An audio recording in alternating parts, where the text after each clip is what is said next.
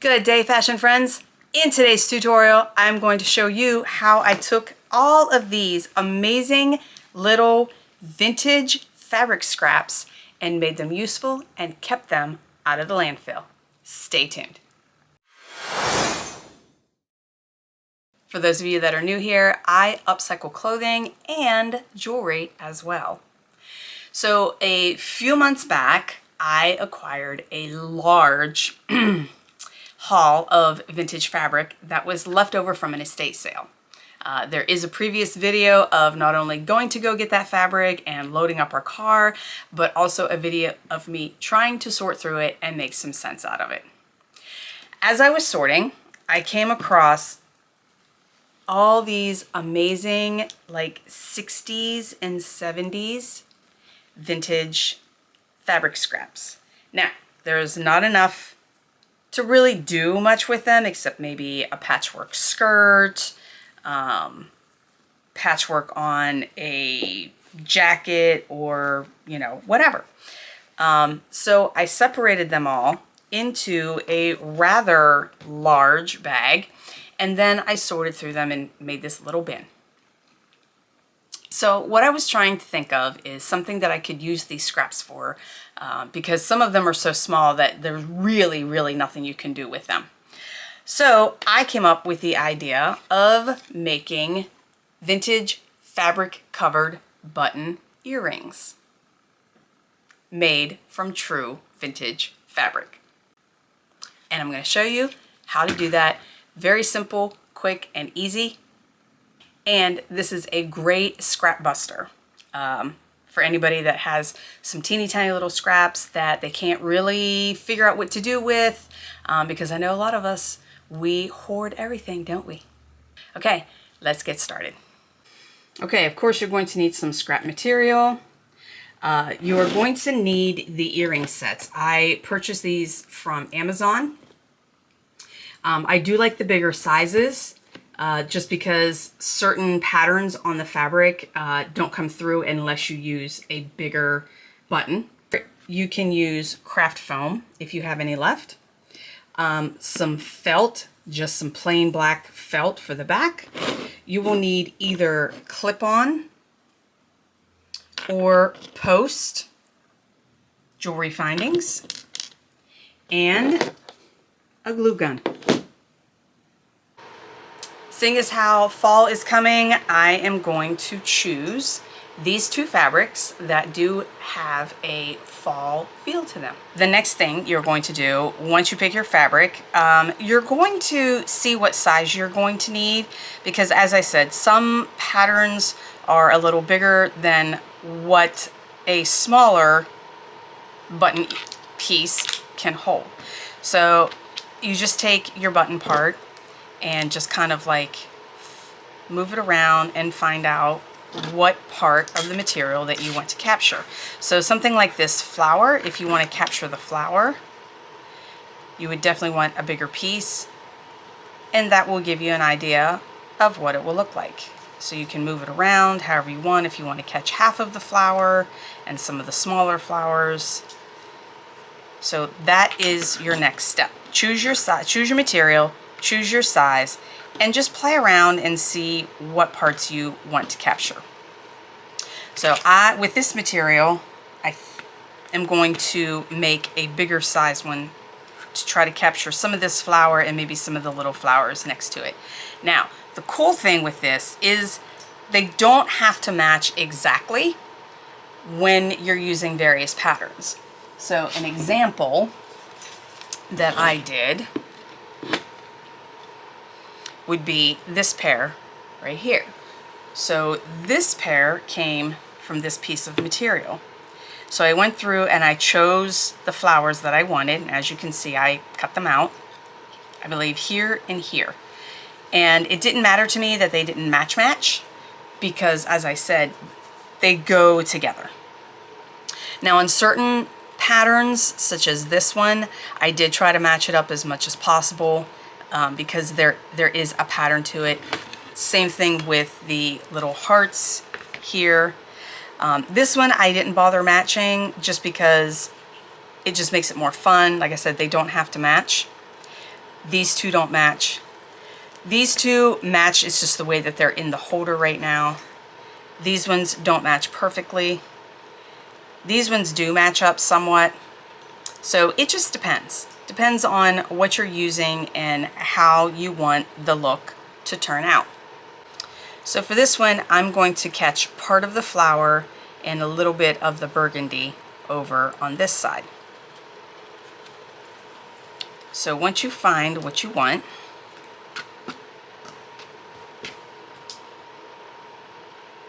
and you also have to make sure that when you put your material in, that your material is going to catch when you put the backing on. So I'm just going to move this up a teeny tiny little bit to make sure that I have enough material to go inside of the button. I'm going to hold this and I'm just going to cut out a piece of material. It does not have to be pretty. It does not have to be straight. That's why this is also a great scrap buster.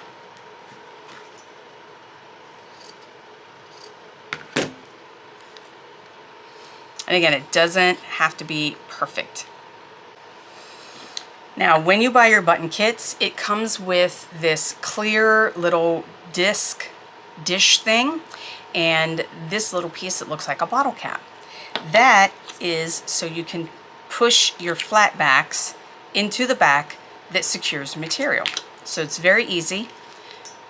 So you find your material, your placement, and you can also peek through the bottom so you can see what your earring is going to look like if you need to shift the material.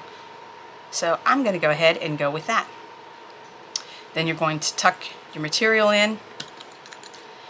You want to place this with the lipped edge up.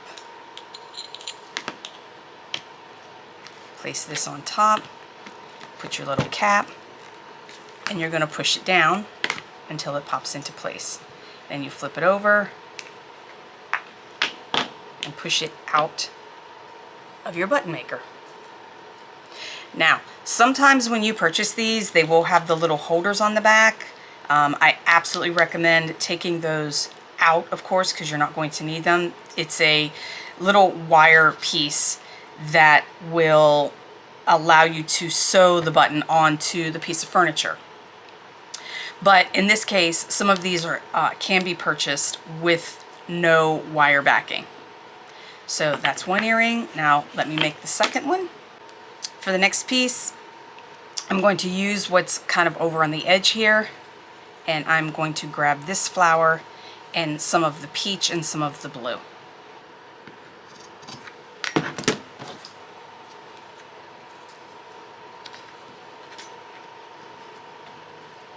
And this isn't going to work because I'm a little short. Now, what you can do, if your piece is a little short and you really want to use that, then you can use some glue. I would either say spray glue or you can use hot glue, but use a very minimal amount because you want to make sure that this will pop down. So what I'm going to do, I'm going to go over and I'm going to give these a little bit of a glue to hold this in place, just because it's so small and some of these edges are not going to wrap around. So you can kind of force them to wrap around.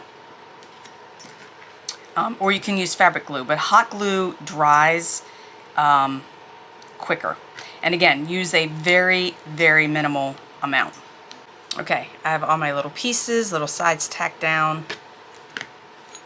This into here. Put my backing in.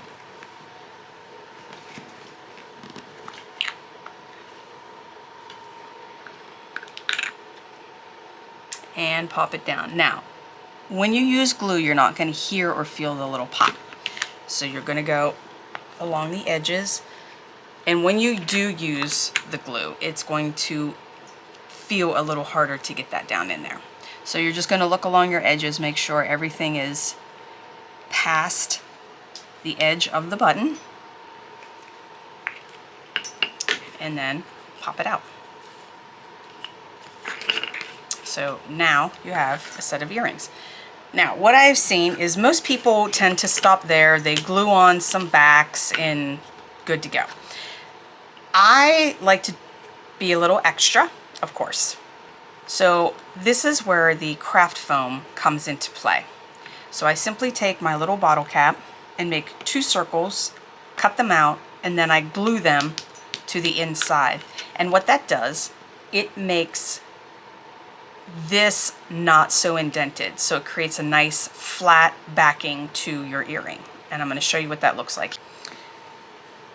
So I take this, I push it down to make an indentation.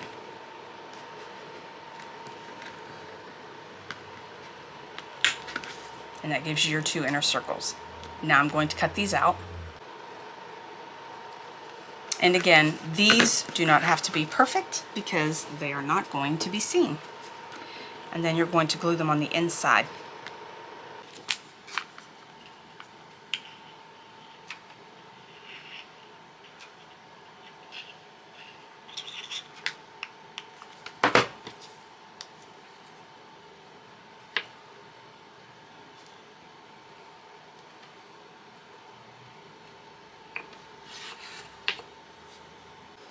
Next up, you're going to glue your posts or your clip-ons to where you want the earrings to lay. So I'm going to make mine go this way. So if you have a particular pattern and you want a little bit of symmetry, so I want them this way. So I am just going to flip this over and I'm going to glue it to the top, not in the center. I'm going to glue it to the top because this is a bigger button. So I'm going to put a dab of glue.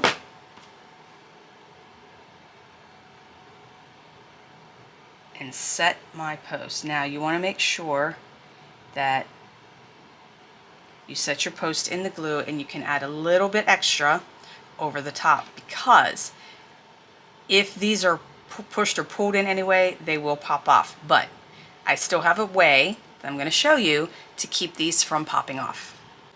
Okay, next earring, flip it over. Dab of glue. Try to get it as even as possible, of course.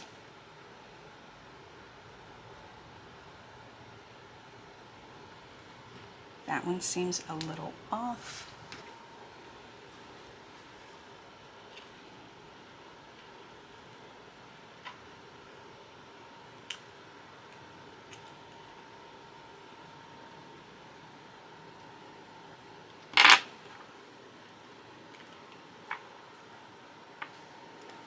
Okay.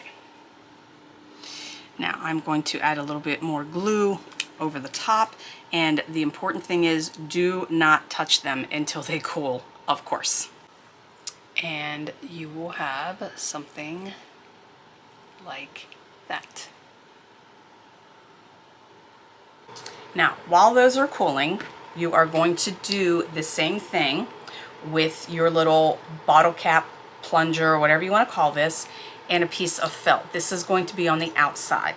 So you're going to trace your bottle cap on your felt with a pen, and when you cut this out, you want to cut on the like just on the outside of your pen circle, because you want to make sure that this is going to fit all the way around the edge, and it's going to give you a nice clean back.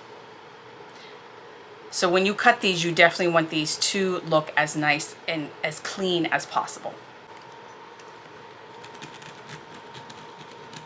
And given that it's black felt, you definitely want to push down as hard as possible and make sure that you make a good mark. Now, if you have some kind of a white marking pen, you can use that, because when you go to use this felt and you go to glue it on, you're going to flip it over so that you don't see the pen mark. So you're going to make 2 of these, and then I'll show you how to attach them. And you will have something like this. Next step, again, find your pen line, you're going to flip it over and you're going to line up the felt with the back. And this, you want to make sure that it's lined up as evenly as possible all the way around. Now, you can get this over, you got to shimmy it a little bit. That's why I said you have to make sure that your post is glued on very well. That one's also a little off. Sometimes it takes a couple tries to find the right spot. Okay, there we go.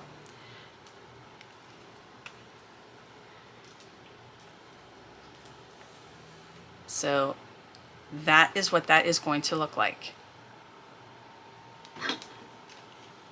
See how that gives a nice finished even edge, and it's flat and not rescinded. Is that a word? Is that the right word? I'm going to hold the bottom and inch this out just a little tiny bit. We don't want to take it off. And then you're going to glue the top half and make sure that you do not get glue on what is holding your post into place, because that can be disastrous. So you want to make sure you get around the edge. And if you have some other glue that you might want to use, you can use that. And it is going to look something like that. I don't know if you can see that. All right, and then you're going to smoosh it down.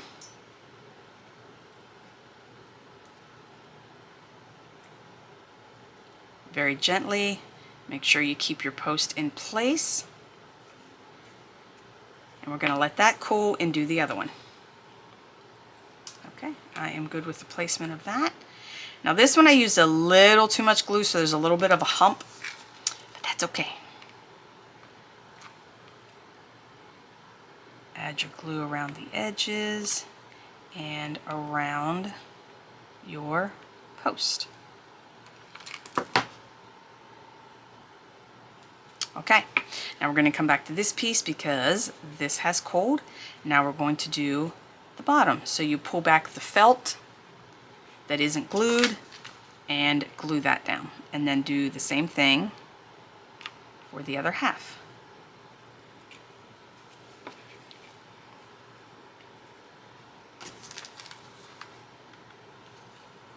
All right,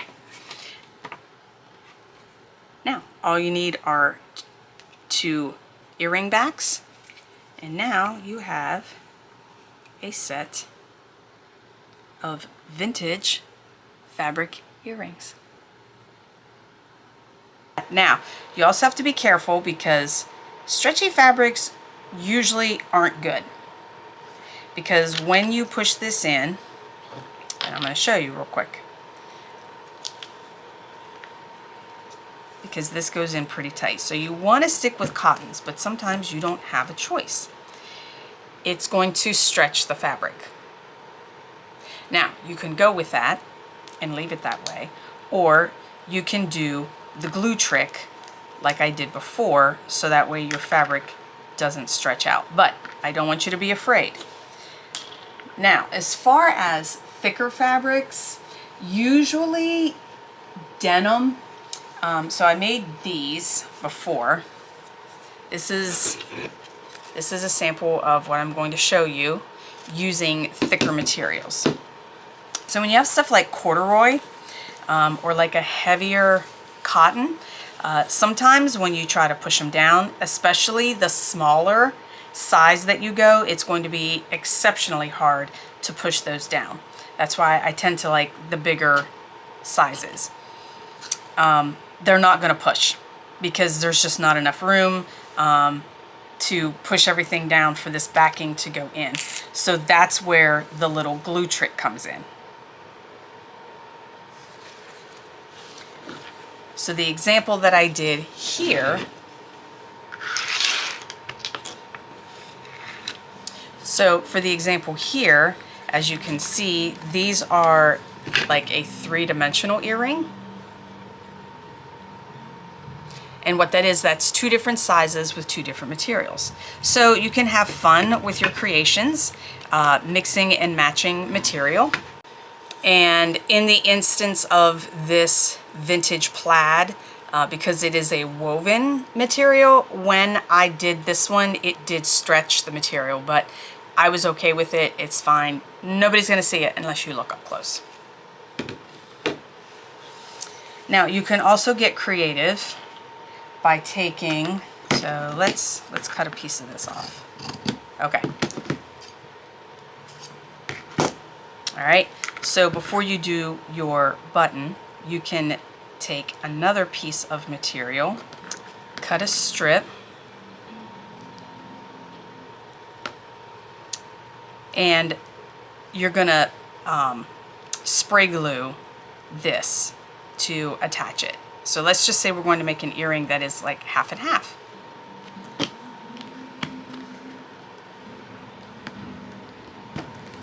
There we go. Push that in, and you'll have your earring will be like half and half. So you can get creative with them. So now I'm going to show you some earrings that I have made in the past and how you can get creative with these items. So this particular one, this is 2 different sizes with a bead in the middle, and basically I just made all the pieces and I ended up gluing them together. Let me show you how I did it.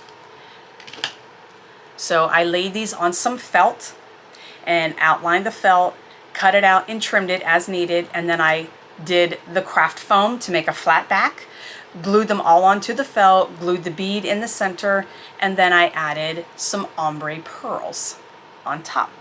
So you can, like I said, just get really creative with them. You can mix and match your fabrics. You can add pearl embellishments. These are just flat back pearls. This was a pair of earrings that I upcycled.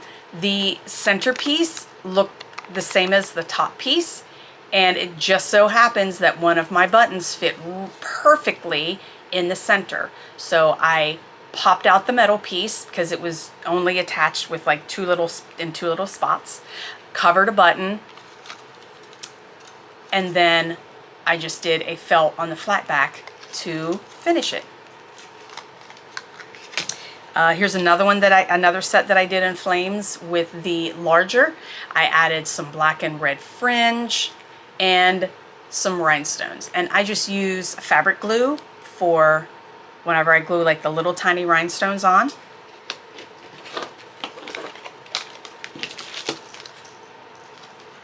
This is a 3-dimensional pair that I made with some fringe, and I stitched on a loop with some chains and some cowrie shells that I put together. This is another 2-dimensional set that I made. It has the fringe and it has the 2 different sizes, but I offset them, added some bling, and if you look closely you can see there's little beads around the edge. The way that I did that, I strung seed beads onto a stretchy, like the real thin bracelet material, and made almost like a little tiny bracelet that pops over top of them, of the bigger button. So they're all strung together, they're not glued on one by one, and popped that over, glued it on, added the fringe, and again finished the back, making it nice and professional looking. And then another pair that I did was this black and pink and blue material, and I had these little flat back rhinestones that are much bigger, and I put those on. And then one last pair, these are wooden blanks that I purchased, painted them black. I did a fabric covered button with the checkered material and just added some flat beads and rhinestones around the edge. So there's all kind of ways that you can make jewelry. You can, if you make an item and you want something that matches your outfit, you can use some scrap fabric and you'll have a pair of earrings to match your outfit or your jacket or whatever it is that you just made. Now, this is how I display them at markets, just because at the time, I was out of cards. So all I did with this was I took a frame, took the glass and everything out of it. I took a square piece of my foam, used an iridescent piece of material and glued it to the front and the back, and then I just glued it into the frame. So then I put the earring post through the hole, and it keeps them nice and organized, keeps them nice and flat, and it creates a nice display on my table for markets. And it's much faster to unpack. You literally just take it out of the thing and put it on the table, and it creates a nice display. But be warned, people like to try to pick them up. So you have to keep an eye on people, make sure that they don't try to pick them up, and just let them know that they're attached on the back with the earring back through the foam. Okay, that is all for this video. I just wanted to do something kind of quick and fun and just let you know that some of the other things that I do, I upcycle and make jewelry and earrings, not just clothing. Thank you all for watching. As always, I appreciate every single view and every single subscriber, and I do see many of you that come back, so thank you for that. Those of you that are new, welcome to my creative world. I hope to see you again. Be sure to like, comment, and subscribe. And until next time, love, peace, and thrift, and we'll catch you on the flip side.